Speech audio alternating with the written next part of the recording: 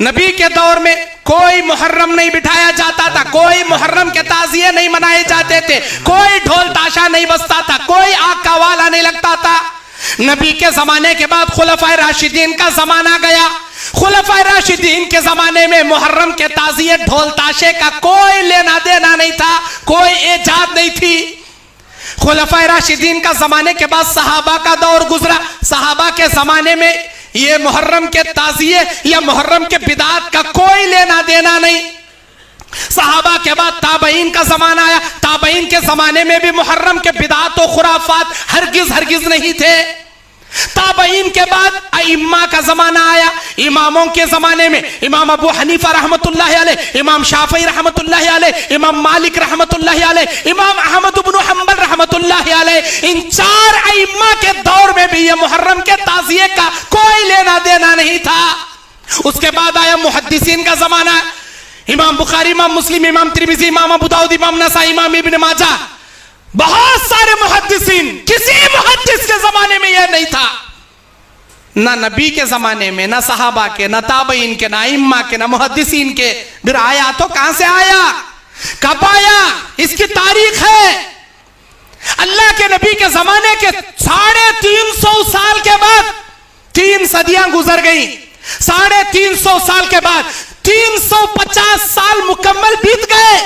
351ویں ہجری میں 351ویں ہجری میں فلسطین کے اندر ایک بادشاہ, شیعہ بادشاہ تھا جس کا نام تھا معز الدولہ. وہ شیعہ بادشاہ تھا. اس نے 10 محرم کو بازار مارکیٹ بند کرنے کا آرڈر دیا, عورتوں کو بال کھولنے کا آرڈر دیا, سینہ کوبی کرنے کا آرڈر دیا, ماتھم منانے کا آرڈر دیا, گلیوں میں جلوس نکالنے کا آرڈر دیا, اور 5 پنجتن کے پنجے بٹھانے کا حکم دیا. 5 پنجتن, اللہ کے نبی صلی اللہ علیہ وسلم کا ایک پنجہ, علی رضی اللہ تعالیٰ عنہ کا پنجہ, فاطمۃ الزہرا کا پنجہ, حسن کا پنجہ, حسین کا پنجہ. 5 پنجتن کے پنجے بٹھا کر جلوس نکالنے کا آرڈر دیا. سن 351ویں ہجری میں معز الدولہ نام کا ایک شیعہ بادشاہ. اور یہ عید ہے سو بھی شیعوں کی. 5 ہی پنجے بٹھاتی. تمہیں جاگ دیکھو, 6 بھی نہیں رہتے, 3 بھی نہیں رہتے, 5 ہی رہتی. ایک نبی, ایک علی, ایک فاطمہ, ایک حسن, ایک حسین. کئی کو بھائی, کئی کینوں 5. حضرت عثمان غنی کئی کو نہیں, ابو بکر صدیق کئی کو نہیں, عمر فاروق کئی کو نہیں, انوج کئی کو 5. وہ شیعوں کے 5 یہ دیکھا دیکھی چلہ پھوکی. میرے بھائیوں, اور یہ جو محرم کے یہ جو عید مناتی, یہ ہندوؤں کی دسہرہ عید سے مشابہت رکھتی.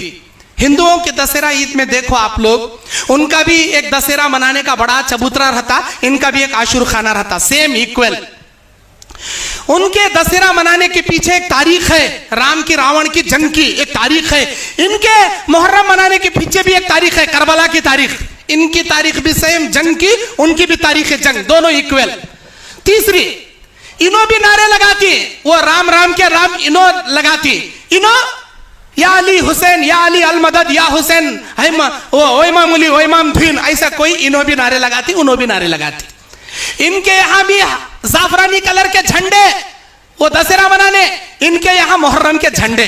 ان کا بھی ایک نیم کا کٹا, ان کا بھی پیپل کے جھاڑ کا کٹا. اللہ اکبر, کیا ہے جی یہ اسلام ہو سکتا کیا جی؟ اسلام میں ایسا ہے نہیں جی. اللہ کے نبی ابو داؤد کی حدیث میں کہتے ہیں, من تشبہ بقوم فہو منہم, جو کوئی جس قوم کی کاپی کرے گا قیامت کے دن اسی قوم میں اللہ اسے اٹھائے گا, اسی قوم میں اسے جگائے گا. اچھا, اس محرم میں ہوتا کیا؟ ایک عمل کو لے کر اگر ہم قرآن حدیث کے اسلام کے دائرے میں چک کر کے دیکھیں, اسلام کا دور دراز سے بھی لینا دینا نہیں, بو باس بھی نہیں, دلیل دھڑ بھی نہیں اس کی. اس کے ہر ایک عمل کو اگر لے کر ہم اسلام کے ترازو میں تول کر دیکھیں, محرم میں جتنے خرافات ہوتے ہیں, اسلام کا اس سے کوئی لینا دینا نہیں, کوئی واسطہ نہیں اس کا.